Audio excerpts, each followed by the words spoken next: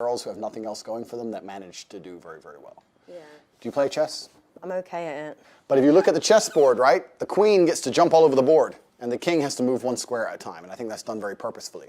If you go to Monaco and you see a yacht, and you see a man on that yacht, he had to work his entire life, and network his entire life, and get up early, and deal with stress, and tax problems, and police problems, and work his ass off to buy that boat.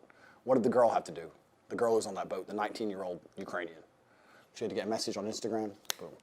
So the man moves one square at a time and the queen just jumps on board. This is the point. Female beauty is extremely valuable. The thing is, there's a difference between a high-value man and a high-value woman. For me, a high-value woman is what kind of mother is she? What kind of like compassion has she got? You know, has she got integrity? Has she got morals? Is she loyal? Like all these other qualities. But I feel like men base it on like just an aesthetic level. I agree with you.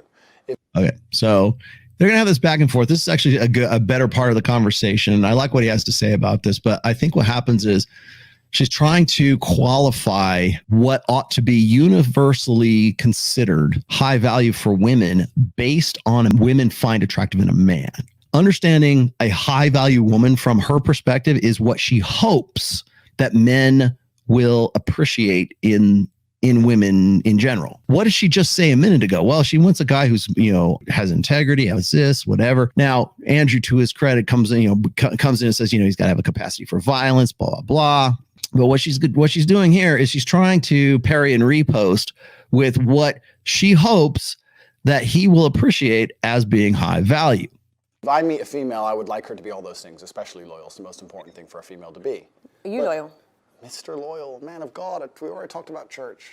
But cocky, funny, agree and amplify. But the point is that to initially attract a mate, females, the most important thing for them is their looks, whereas a man, I think, is his status, and status is a far more varied spectrum than looks alone. Being good looking alone does not make you a high status male. To be a high status male, you need to have a bunch of things.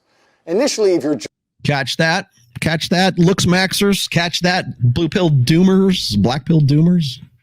Catch that? There's synergies. It's not just one thing.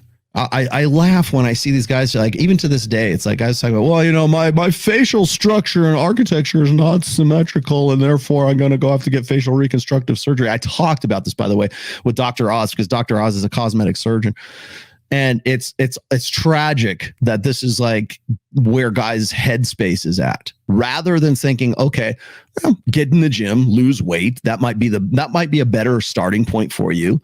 But the synergies between money, muscles, and game is really what's going to be your core strengths right there. That's why whenever guys tell me, oh, Rollo, don't chase women, chase excellence. Okay, well, great. Do that, but what is excellence? Like he's just saying a second, what is excellence? What's a high value guy? What makes you excellent? What is your, making a lot of money, just do that and then the women will come. Well, yeah, but then you'll be one-sided, you'll be lopsided. You're going to work out one bicep and that's it, right? Just like, okay, I'm going to just stick with my looks. It's like guys who are very, very good looking and they lack social skills and they have no money. Okay, well, you're a good looking guy, but you can probably still get laid now and then. No problem. But long term, you got nothing.